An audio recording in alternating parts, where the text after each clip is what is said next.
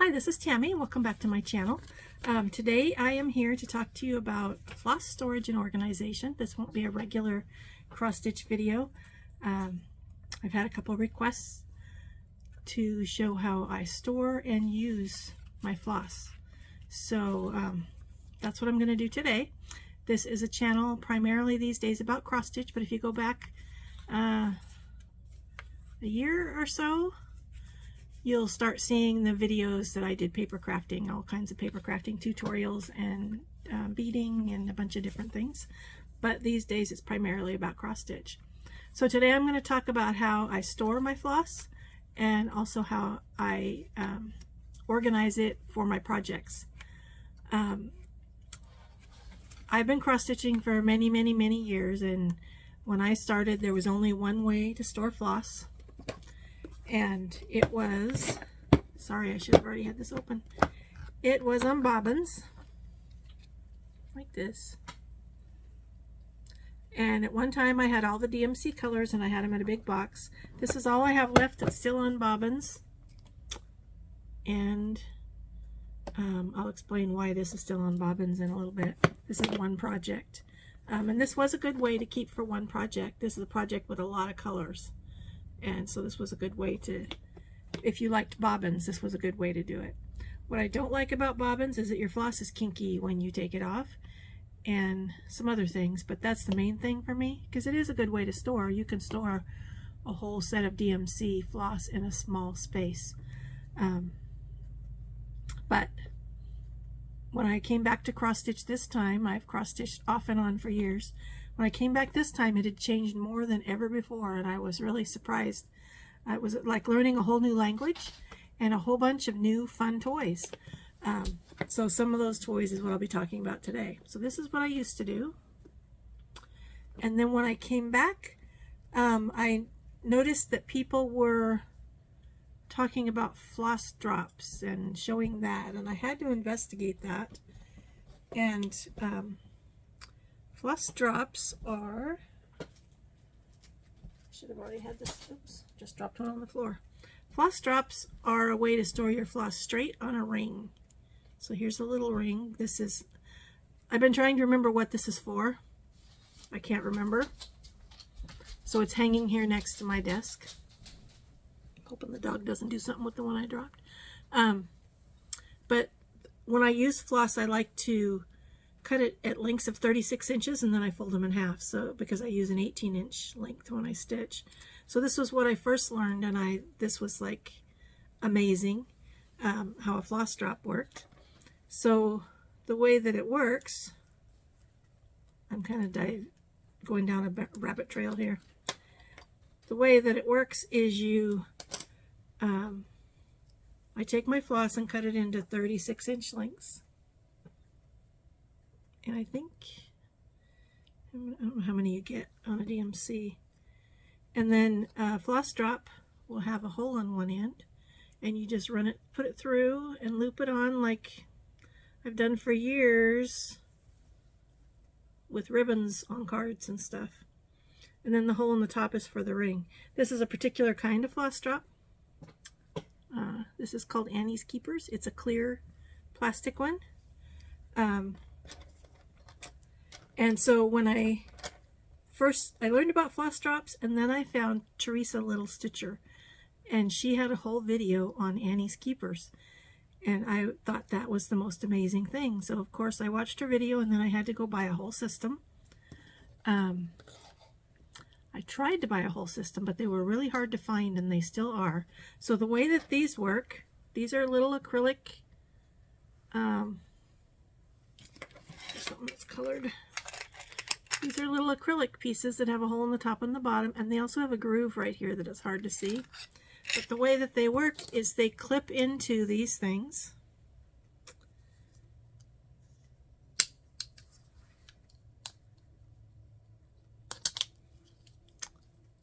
And then they go in a hanging folder. And in theory, you can put a whole set in one folder or one box that will fit into the IKEA cubes. And I started that. My first challenge was finding them. So I ordered them from one store online and didn't hear anything for weeks. So I called them because my order, and I couldn't see my order because it was the first time I'd ordered from them, so I didn't have a login or anything. And I called them and they said, oh, we run out of those every week, so we ship them as they come in. And I said, so you don't tell people when they order? And they said, no, we don't do that because they come in every week. So it took about 6 weeks to get my first order. I found another place to order them from, and I never did receive them. And I called him after about 3 months, and he told me that he was unable to get them, and she wasn't, the person who is Annie's Keepers wasn't even returning his calls. So that was kind of frustrating, but I really liked this way of storing because that's also the way I use my floss. And then I was at my local needle workshop one day and saw that they have them, and they still have them. I was there last week. So that was a nice surprise, and I was able to get buy some more parts because my first set wasn't enough for all of the floss that I had. So I went along that way for a while.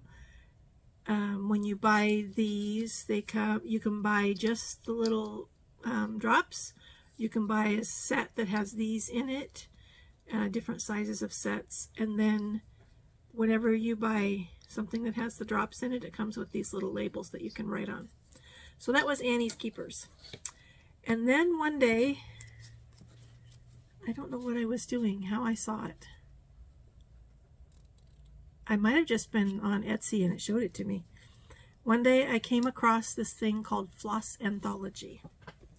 And this is, oh, well, the name isn't on the book, on this book, but this is a very fun, for me it was a logical way to store floss, because years ago, well, not, I still do, but I do Brazilian embroidery, and when I learned how to do it, you store that thread in these plastic sleeves. So I'm going to show you one of the sleeves. So this is what it looks like. You've probably seen it on previous videos I've done because some of my projects have these in them. This will hold 14 skeins of floss, and it goes in a binder. The lady who has these, who sells these, is in Australia. So these are made to fit, like it would be the metric system binders. Anyway, the binders are different, a little bit taller. And so I just bought the whole system, and when you buy the whole system, you get 3 binders and all of the labels. There's all these little labels like this. I have changed how I use them. The labels are meant, you can see how I've cut some off. The labels are meant to stay on the floss, and then you stick them in these little pockets. I didn't like that. I want to leave the labels in the pockets so that I know what numbers I'm missing. And when I pull them out, I put them on floss drops and I label those. So this has holes in it that you can't see, and it goes in this binder. And I absolutely love this. I have an almost complete set. I think if I pulled my floss from all of my projects, I would have a complete set. So, oh, back to the page. I shouldn't have put it back yet. The way you get this floss in here is you have this tool. So you fold this thing over and you slide it down the track on here. And when this comes out the other end, you grab your floss and then you pull it back. This end is big enough so you can't accidentally go all the way through. So then you'll pull it back through. What I like about this is, even on floss drops, I like to pull one strand of thread, and I can do that from here. So I have some projects that I don't have floss with them. A couple of my Heaven and Earth designs, full coverage, I just leave the floss in here because I only ever stitch it at this desk, so I don't need to have all the 90 colors pulled out. And it's nice that I can just pull out one strand at a time. So I did that the other day when I was working on this.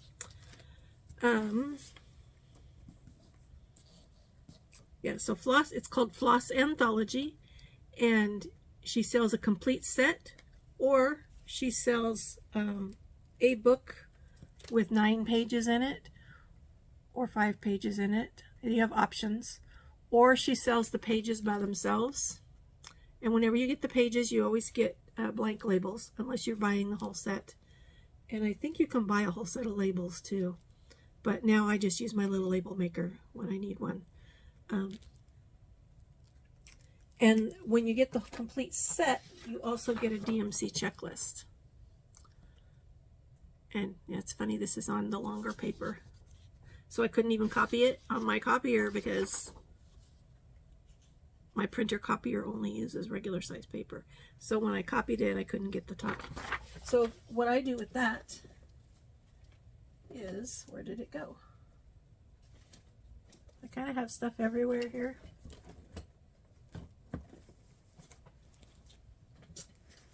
There it is. Pile things on top of things.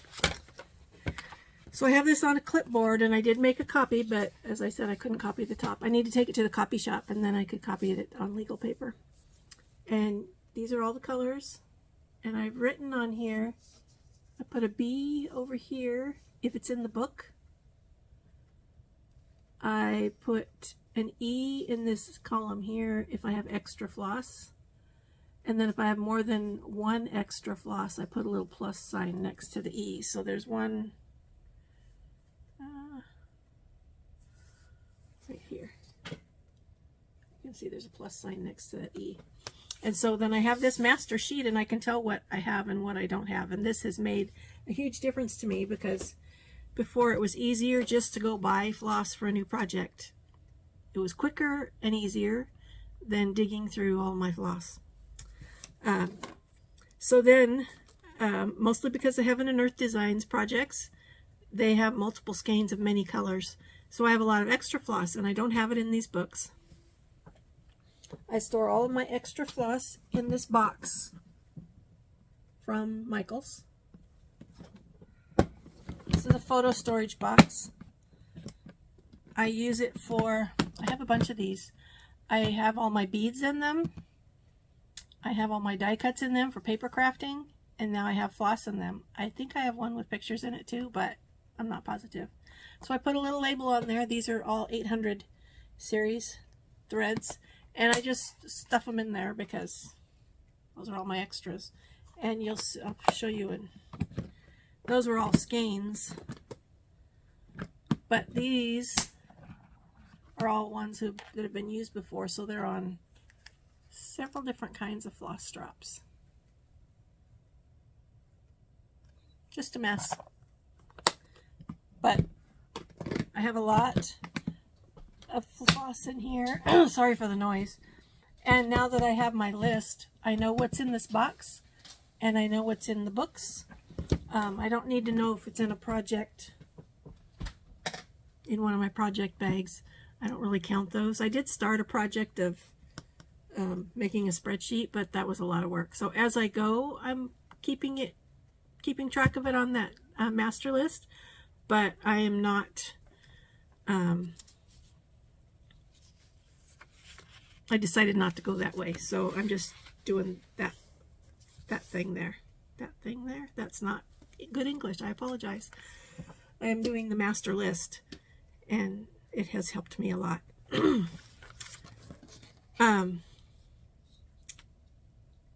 I think that's all about floss storage. I don't know if I said the lady, I know I said she's in Australia. Her name is Shauna, and she has been very responsive when I've asked questions via Etsy. So, and she ships fast, which was very nice. Coming from Australia, I thought it would take months to arrive, and I think my first order might have taken 3 weeks. And I've ordered from her several times, and it hasn't taken that long. I think within a couple of weeks I have them. And when you order through her Etsy store, if you're ordering multiple things, it will charge you the shipping charge for every item you order. But within minutes, every time, I've received an email that I had a refund. So Shauna combines your order and only charges you, I think, actual shipping instead of, because the shipping is kind of high because it's coming from Australia. So she doesn't want to overcharge you, and she gives you back that part right away. Sorry, the dog was growling. Let's see. I had a thought, and I lost it because I heard a dog growling, so just a second. Sorry about that. I was trying to catch it before he barked, and he didn't end up barking this time, so that was a good thing. So that is Floss Anthology. I absolutely love it. It's my current storage system. I have the set of 3 big books, and then I've bought 2 smaller books, and I'll show you one of them. One of them is a project book. I got to figure out where that project is, so I will get that when I get there. And then this just has a bunch of empty pages. When you buy the pages, I go back to this page. When you buy the pages, you have an option of long or short. I choose long because they hold an 18-inch strand. I'm thinking about getting some short ones because a lot of my fancy floss, like Weeks Dye Works, you cut it to about this length, or I cut it to about this length because I have to use 2 strands to stitch if I want the variegation. So I'm contemplating that. Haven't decided yet, but I'm contemplating. Another thing about it is they will fit. This is a regular binder. I bought this at Office Depot. And they will fit, the holes will allow them to fit in there, but they stick out the bottom. I don't know if you can see that, but it's sticking out the bottom. And it is the fold, so it would take some working because they come pre-folded. It would take some work, but you could move your fold up, and then they would fit in American binders if you didn't want to buy the binders from her. Let's see. Okay, I think that's all about how I store my floss. Now, floss organization for a project. I do multiple things.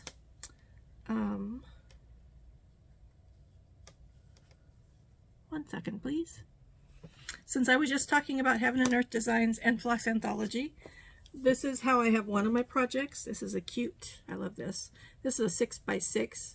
They call it an ornament because of its size and that it's round. But I have all the floss for this. This has 85 colors, and I have them using Floss Anthology. This is their book. And I have them all in here. So they all fit in this nicely. This one didn't need any extra floss because it's small. So this book system is working for this because this is a picture that I will... It's small enough to take places with me. Some of the bigger full coverage designs I have on roller bars or bigger frames that I don't like to take places. I have one that's on 24-inch bars. So that is one way that I store floss in a project. I also will take, I have a couple of projects that have a lot of colors. One of them is my elephants that I started on New Year's Eve, and it has enough colors that it uses 3 of these pages. So I have them in the pages and just in my project bag. I don't have them in a book because I don't really need a book for 3 pages. And then my patriotic bag that has many projects in it, and I use all the same colors for them. Those are all on one page. It's reds, whites, and blues. So for some of my projects, I use the Floss Anthology.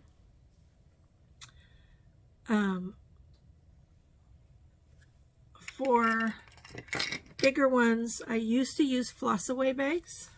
This was the elephant project. 14 pages times 3, 30, 42. So this has 42 colors, and I did store it like this, and I don't like working with these. These are the Hobby Lobby brand, but it's the same thing as Floss Away bags where you write the number on it, and then we're using it off the skein, and I did not like it that way, and it's more bulky. One thing I love about Floss Anthology is they're flat, so even if the 3 of these still fit nicely in the project bag that my elephant project is in. So that's Floss Away bags. Another way you can store floss is on, I don't know what they call them. I call them floss keepers. So here's one. This is from my local needle workshop. These have been around forever also. Years ago when I first started cross stitching, these were more popular for stitching. You could get these. Yeah, I had some of these. This one's fun because the shop is acorns on threads, and this is the shape of an acorn. And then I went to at a class or an event, and so I put this, I made this and put it on there because that way it's different. If somebody else was using this too, this would say that it was mine. This is one, oh, and I don't know who it's from. I apologize. Here's a different kind with holes across the bottom.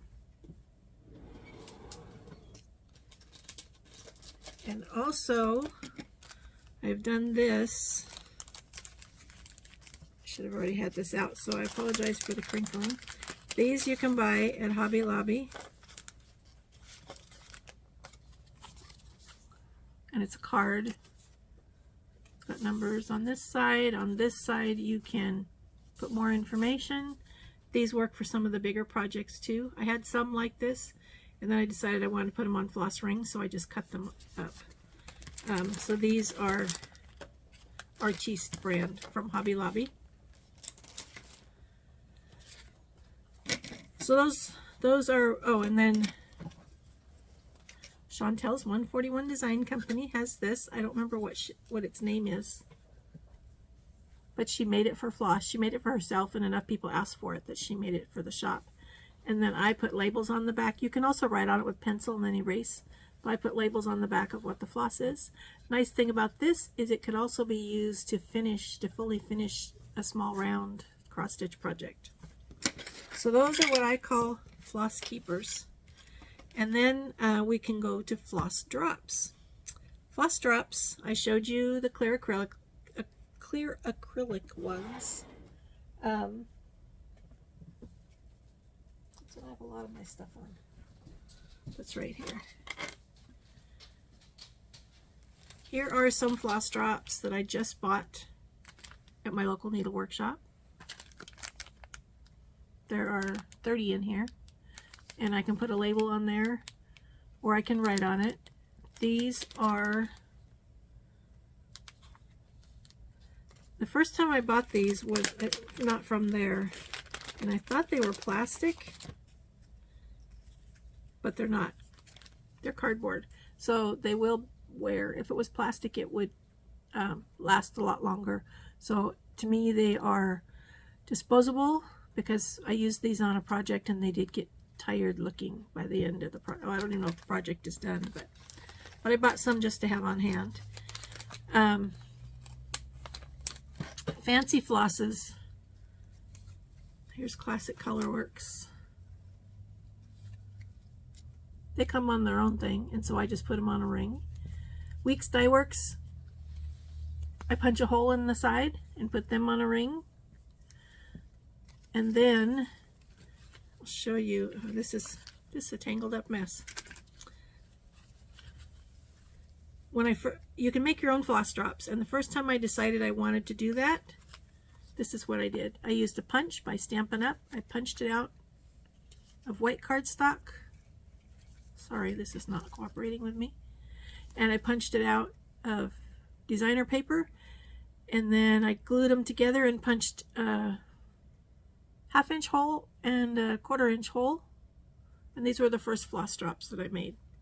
I also made some with greeting cards, and I don't have any here. I've given them all away, but I have a whole bunch of greeting cards in those, not greeting cards, playing cards. I have a whole bunch of playing cards in those drawers right there to make more. You can make them with anything really. Chantel's 141 Design Company has a tutorial where she shows how to make them out of like cereal boxes or cracker boxes or whatever cardboard boxes you have in your kitchen. I also came across, what do I do with them? I recently came across a box of business cards from something I used to do that I don't do anymore.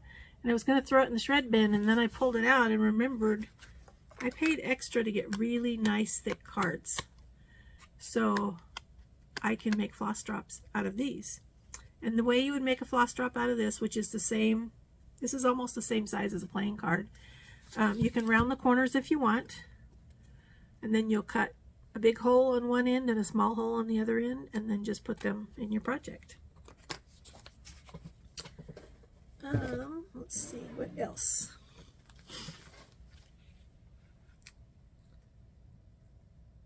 Those are several different kinds of floss drops. You can make them out of anything. You can buy them from many places. There is a place called Thread Milk Designs, and hers are from the little cardboard cap thing that used to be in milk lids.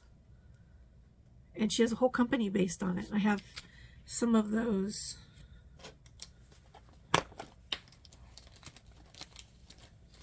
Here's one right here.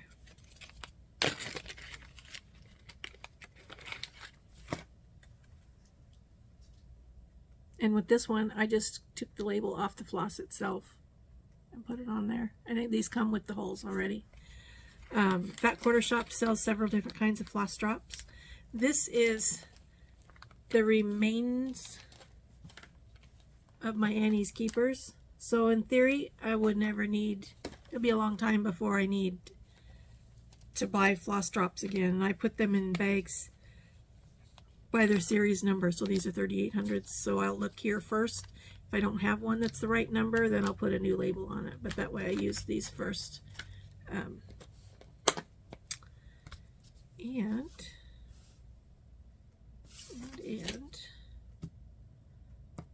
Fancy Floss. Right now my Fancy Floss is stored in the acrylic box that's made by Fat Quarter Shop. Just a second, I'll grab a drawer. It has two drawers, and these are what the drawers look like. There's two dividers. Kimberly had this designed to fit the Fancy Flosses, but I don't really like the way they work in here. It's got nine sections. This is all my Fancy Floss that is not currently in a project, and I don't like the way I'm storing it. So I think I'm going to go to Floss Anthology with it. Maybe. I'm still contemplating what I want to do for sure, but I don't like that. That's messy. Michael sells an acrylic box that has 3 drawers that's made for washi tape that's the perfect length. I have some of those drawers too. This is where my pearl cottons are. This has 3 sections in it, and so this is a good length. These are 9.5 inches wide. It's a good width, not length, for storing skeins of floss also. So that's another option. Every option you choose takes up space. What I've found so far is this way takes up the least amount of space. So that's how I contain my floss for my projects. And then one other thing I wanted to share. Does this one have it? So as you've seen, I've pulled floss. I have a hook on my drawers right here where I hang rings of floss. And like the one, I don't know what it's from. So what I started doing was I got these tags from Amazon. They come like this, and then I also bought whatever those are called. My brain's not working. Lobster claw clasp. So I bought those. You had to buy them separate. You don't necessarily have to have it to do this, but I need them for the other reason I use them. And then they come with these little white inserts, and I use my label maker. This is for the Well Hello There hands-on design pattern. And because each month only uses 3 colors, I don't have these in the bag because they're in a tiny little bag that I take to church with me and some other places. It's nice that there's only 3 colors, but I don't need to carry all of this. I just pull out the 3 colors for the month that I'm working on. And then the other thing I do with those hooks is I also mark my project bags. So I have a whole bunch of different kinds of project bags. They all have zippers. So it's a zipper pull using the lobster claw clasp. And the dark spots on each end is, oh, it's upside down, sorry, is because I put a new label on top of one, and I didn't leave enough space to actually cover the whole thing up, so I had to scribble on it. But this is a fat quarter shop project bag. I love these. So I make two. When I start a new project, I make two of these. I put one on my floss and one on my project bag. Let's see. I feel like that's it. There are, my disclaimer, there are many more ways to store floss. Everybody does their own way. I've showed you a few different options. I'm sure there are many more out there. And I'm sure there are many more ways of how people organize their floss in their projects, with their projects. But this is just what I do and things I've tried throughout the years. So I thought it would be a fun thing to share. So thank you so much for watching. I hope you all have a fun, crafty weekend and stay safe. Bye for now.